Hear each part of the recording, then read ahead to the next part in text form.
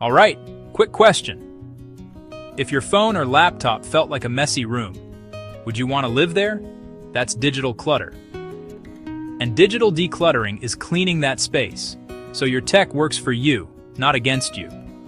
Deleting unused apps and software, cleaning up old files, duplicate photos, organizing documents into clear folders, cloud storage, unsubscribing from spam, tuning your social media, reducing desktop icons, notifications, backing up the important stuff properly. Why bother? Because clutter costs you. You spend time hunting for files. Notifications pull your attention every 5 minutes. Storage gets tight. Devices slow down. Abandoned accounts become security risks. That constant digital noise creates fatigue, and you feel it more than you think. Productivity. You find what you need fast. Workflow just flows. Performance. More space, fewer background tasks, your device breathes. Focus.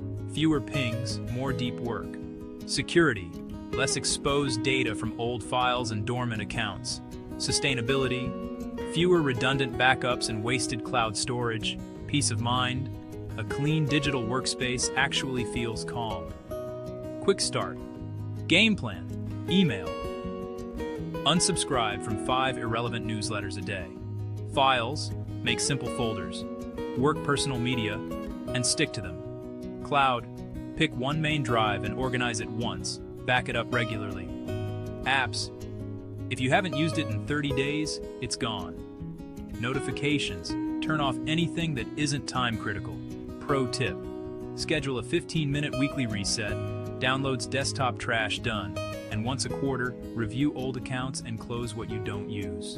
In short, digital decluttering is digital well-being.